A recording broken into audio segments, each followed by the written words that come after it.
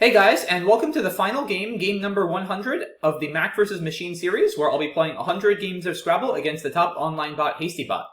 We've got a lot of exciting things in store for today's video.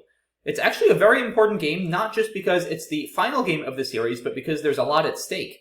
As you can see on the left-hand side of my screen, my record is currently 59.5 wins, 39.5 losses, with plus 62 spread points. So this game is going to determine whether I can finish with 60 or more wins, and also whether I finish with a positive spread in the series. Both of those are right on the edge, so this game is extremely important for my final record. And not only that, but stay tuned, because after this game, I'm going to have a big announcement as to the content of my next major series that will take place on my YouTube channel. So don't go anywhere, and we're going to jump right in now to game number 100. So let's see what we can do to finish things off. We are first, and we've got a decent rack. Unfortunately, no bingos quite play. We're close to Fanigas. Probably just Ganef for 26. Setting up the S-hook for Ganefs pretty nicely. We don't have a lot of options that are shorter. I don't really want to just play FE. I don't think this leave is strong enough to justify that big a point sacrifice, especially keeping the G. So I'm going to play Ganef. HastyBot exchanges 4. And we draw poorly. Draw the Q and a bunch of E's. I think Cot has to be the play here. I mean, it keeps 3 E's, which isn't great, but it's certainly still better than exchanging for 23 points. And if I can pull a couple consonants, then this leave could work out pretty well. And Linak by the bot. Now I may have to trade. Yeah, this is not good. Probably trade 3 E's here. I mean, I don't think it's worth it to play Phi for just 6. I'd probably rather just, I guess there's G for 7. Yeah, I'd rather just trade 3 and maximize my bingo percentage. I really don't want to play G and then draw 2 more vowels, and then I'm going to really hate myself for doing that. Like, in these kind of situations where I'm scoring so few anyway, I would generally rather just trade and maximize my bingo percentage, and the best way to do that is to trade 3. So, let's do that. Wow. Trade EEE, draw OUU. Yikes. I mean, the good thing is he didn't really open anything up, so it's not like I'm going to be unable to block anything he opened with this horrible rack. I think I'm just going to trade 3 again. Like, you hate to do it, but, I mean, what else am I going to do? It's important not to get too on tilt, as we would say, from draws like this, right? Like, it's easy to think, oh, I definitely don't want to score 0 2 turns in a row, and then you make a terrible play like, I don't even know what, like Etwi's over here, just to like blow through a bunch of tiles, because you just really don't want to score 0. But, I mean, this is a horrible play, because you're only scoring 16 points, you're keeping OU, you're getting rid of your S. It's just much, much more sound to trade 3 again. And the odds of this happening a 3rd time in a row are quite slim. Okay, so that's a little better. Still don't have a bingo, I don't think, but this is a bit more palatable. This board is just, ugly, though. I mean, we do have the S for Linux and Ganef, so the S definitely helps us a bit. Like, I guess I could play 1.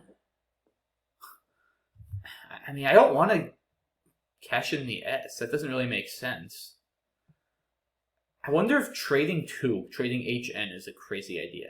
It probably is. Yeah, I don't think I want to let him have easy overlaps under here and just keep padding his lead. So at least 1 stops some overlaps. And this bingo's a lot, right? Hits with an A, Shaitan Stenia. Hits with an E for Thenes. Yeah, hit with a... What else does it hit with? F would give me Fishnet. I'm just sort of looking at the pull here. C would give me Ethnics. G is Niest. I, unfortunately, doesn't hit anything. Or L. R is Hinters, though. That helps. And O is Ethiontistone. Yeah, that's got to hit enough to be worth it. I'm going to play 1. So, hopefully I can bingo now. And I will at least bingo. He bingos as well with Karuz, so he takes a 115-point lead. But it won't last long, as I'm going to score pretty well here. It's either going to be Thinkers rethinks through this K, or Hinters and Want. Hinters here has to be worse. It scores fewer. That's 81, and Thinkers is 88. So that's clearly better. Thinkers or rethinks? I think Thinkers is better, because I'm still going to be at a deficit, and it makes the board a bit more open, since it opens both the top left and the top right. So I think Thinkers looks better positionally. And the bot plays Oidia, so we're down a bit, but we're not down a ton. And I think here I could play 20. That's a lot of points. That's 47. That looks pretty good, I would say. There's also Townie. Wait, Townie, is that... I don't think it's good like that. I'm pretty sure it's not. I think it's just good like this. I feel like I've messed this up before. Yeah, I think it's Townie like this and Townie like this.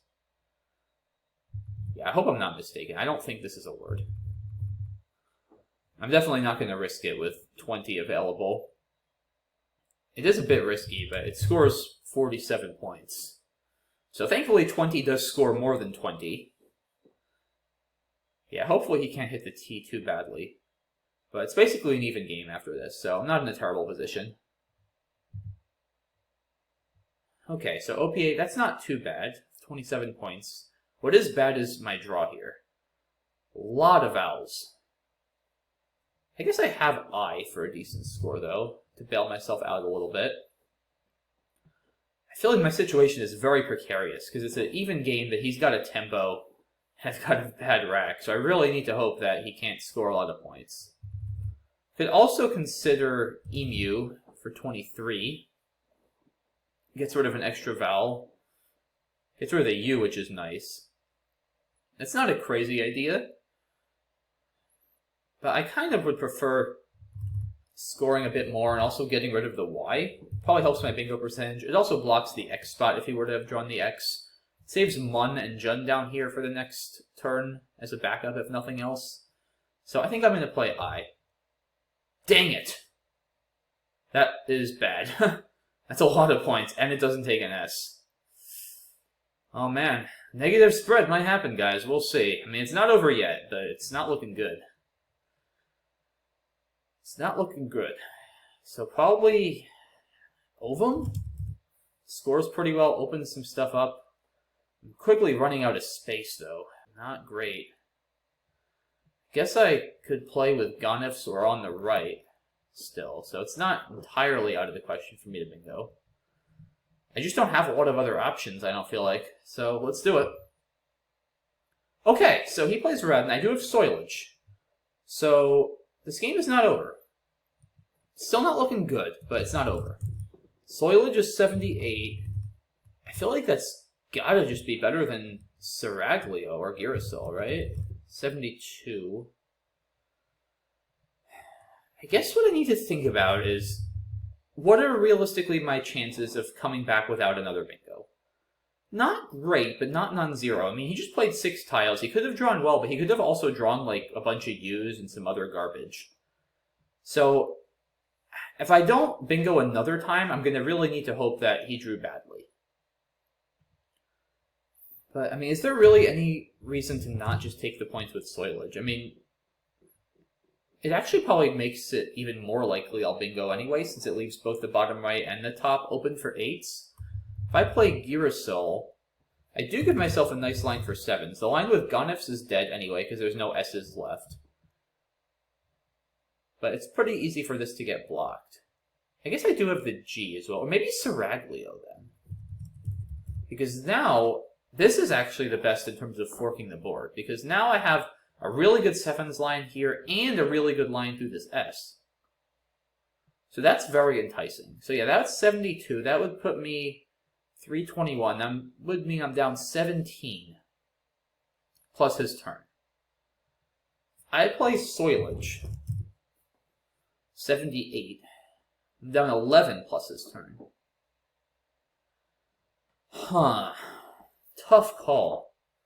And, I mean, I do still have some bingo prospects after this, right? Like, I could still play something through this E or through the R and the S. I am concerned, too, about this O, and he could score very well there. I think Seraglio is better. Like, it's not great to be down that much plus a tempo. Like, I'm probably going to be down 30 or 40 after his next turn, and I think it's going to be kind of tough to come back. I'm going to need a lot of luck to come back without a bingo, and I feel like I'm better off trying to bingo again. There's enough good tiles in the pool. And it's not that big a point sacrifice. Yeah, it's a tough call, but I'm going to play Seraglio. Wow. Okay. I definitely did not expect that. He plays Flare Up and he leaves CDDHMOUUXZ in the pool. What the heck? Okay, well, I feel like maybe winning isn't even out of the question against HastyBot, because like I can play Bin, and if I can draw something to the S and he for whatever reason doesn't block, then maybe I have a chance to win. I mean, what else am I gonna do? I guess I could try to open something here, but with what? And I'm not going to be scoring anything. I mean, like, yeah, this doesn't really do much. I think I just play Bin and hope for a miracle. I don't know. Let's see what happens. Plays Mo. I drew the X, so I'm definitely lost. I need to see now, though. Is there any way I can somehow lose by less than 62?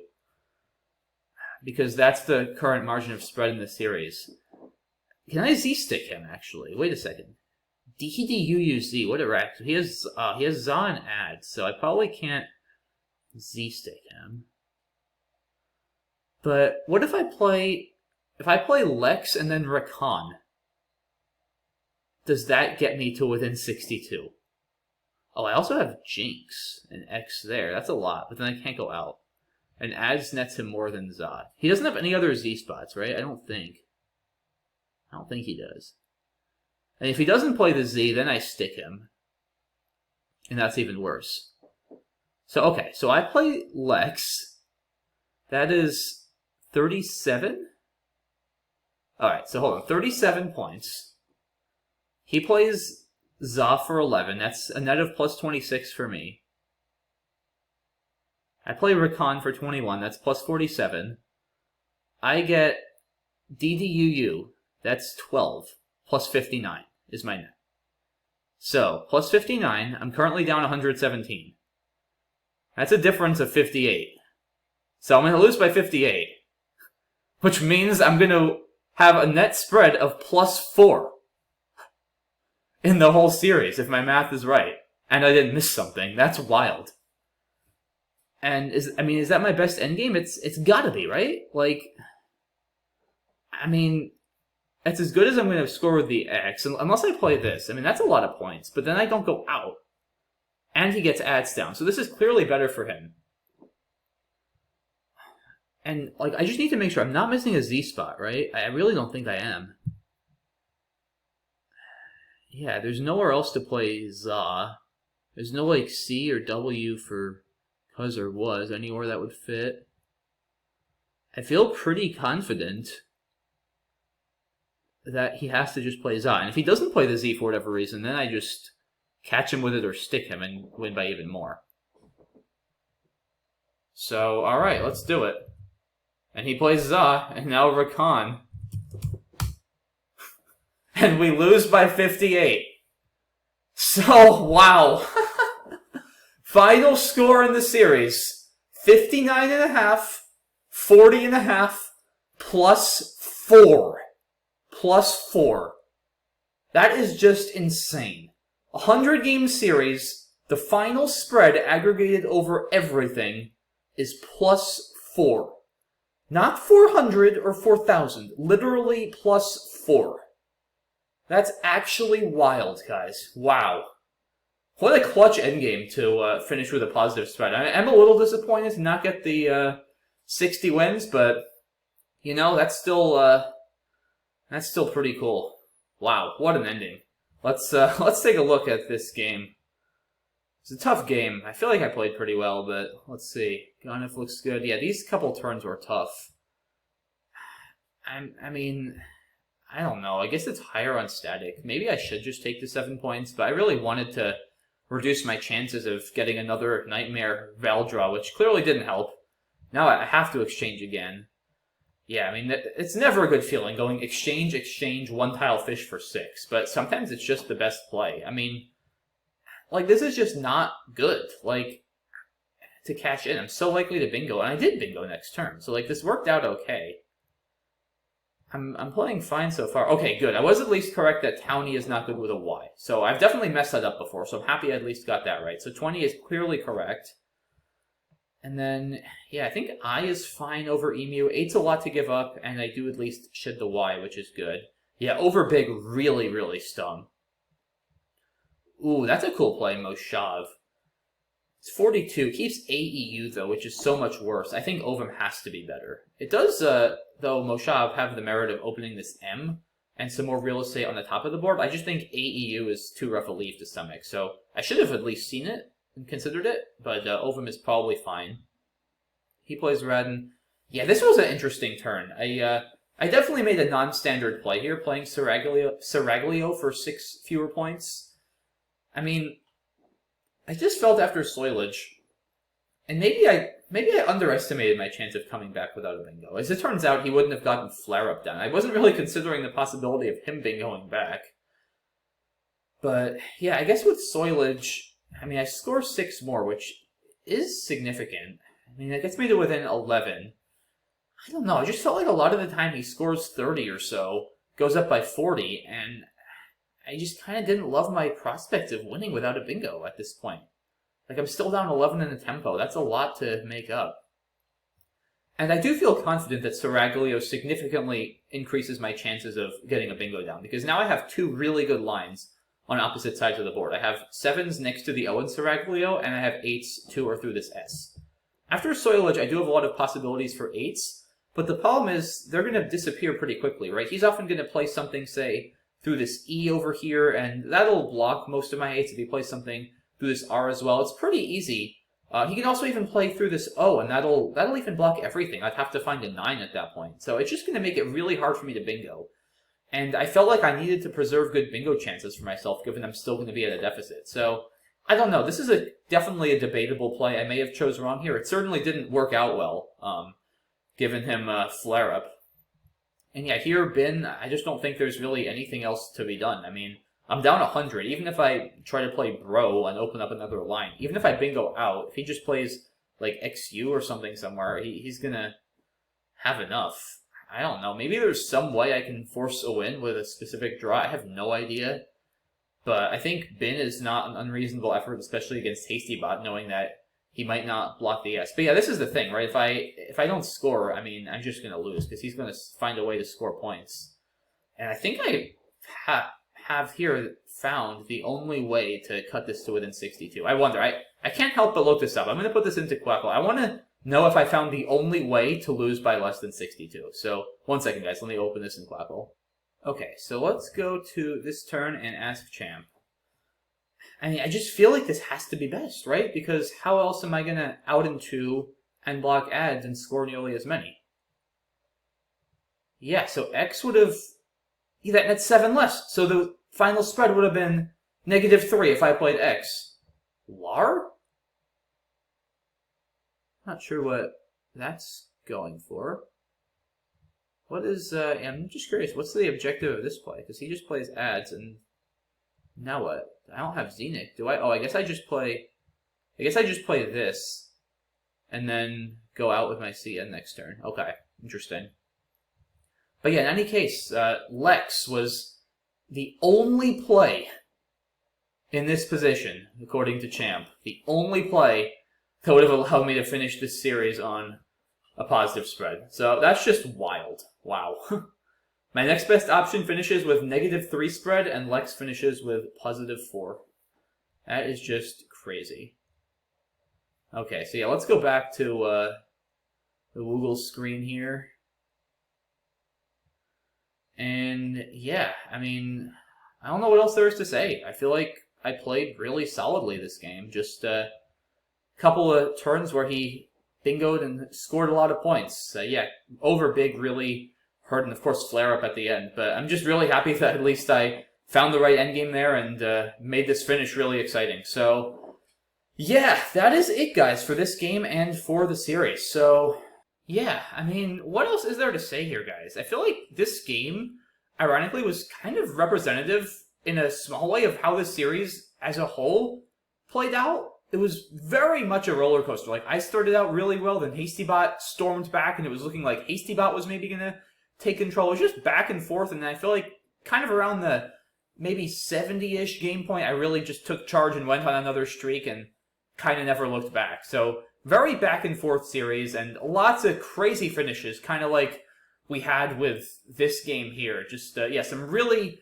fun plays from both of us. Definitely some bad mistakes from myself as well as the bot, but that's going to happen when you play 100 games of Scrabble. You're going to have a lot of good, a lot of bad, and a lot of ugly, and we certainly had all of those, but it was a blast, certainly, to play all these games and record all these games, so I really hope you guys all enjoyed them, and I can't thank you enough for all the support and all the views and comments and engagement and everything. I know I have a bunch of viewers who are experienced tournament players and a bunch of viewers who are a bit newer to Scrabble, so I hope all these viewers were able to learn something from these games and enjoy them, and most importantly, I really just hope it helped kindle even more of an interest in Scrabble for everyone and more of a desire to play the game, because that's ultimately why I'm making this series and all the other videos. So, with that in mind, I think now is the time for me to officially announce the next major series I'll be publishing on my channel. I'm excited to tell you guys that I'm going to be doing another 100-game match against a Wooglespot, but this time I won't be playing HastyBot. I'm going to be playing against a much more fearsome opponent called BestBot. Now, BestBot is an AI-powered bot that the Woogles team has been working really hard to develop, and I'm super excited for the opportunity to partner directly with the Woogles team and demo this bot for you guys in the next series. We're hoping that BestBot will be officially launched sometime in 2024, so stay tuned at a later date for more details on that, but for now I've posted some more info on BestBot in the description, so be sure to check that out as well. In the meantime, I think it's going to be a super exciting series, and we're going to get to see how an AI-powered bot thinks differently about Scrabble compared to a static bot like HastyBot or even a simulation-driven bot like Quackle Championship Player.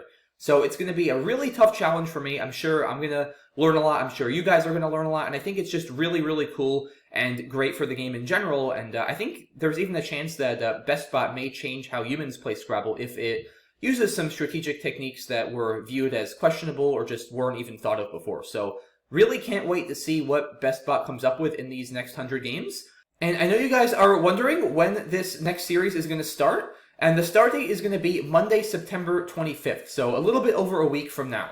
And the reason I'm pushing it back a week is because I want to do a compilation video of a bunch of the best moments of the HastyBot series. I know a lot of viewers have requested that, and that's going to be really exciting to put together, but it is going to take a little bit of time, so I'll be working on that a bit next week, and hopefully publishing that at the end of next week or next weekend for you guys to enjoy. And then a couple of days later, once again on Monday, September 25th, the first of 100 games of the BestBot series will be published. And the last part of this announcement is that I'm going to be doing a record prediction contest for my 100-game series against BestBot. So I'll be giving folks an opportunity to predict in advance what they think the final record is going to be in terms of wins and losses as well as point spread. And at the end of the 100-game series, sometime next year, I'll be giving the top couple of guessers some cool prizes. I don't know what the prizes are going to be yet, but they'll definitely include some combination of lessons, merch, and probably some other cool stuff as well. So definitely stay tuned and definitely make sure you enter. The way this will work is I'll be giving folks until Monday, October 2nd. So that is a full week after the first BestBot game is published. It'll be open until right before the fourth game is published. So I want to give folks a full week of material, 3 full games.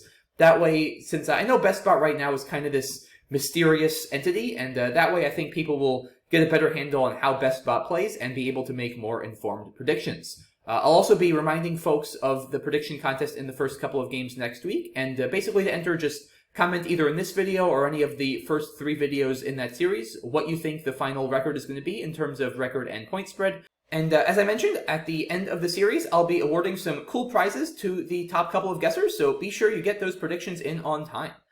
And yeah, I think that about wraps it up. So once again, I am super pumped for this next series against the AI-powered BestBot. I hope you are all super excited as well. And yeah, that's it for this one, guys. So once again, thank you all so much for all the support of the HastyBot series. Compilation video to come next week. Stay tuned for that. And first game of the BestBot series to come September 25th with a very exciting prediction contest to follow. So stay tuned, really excited for these next steps, and I will see you guys there. Thanks again, guys. Bye-bye.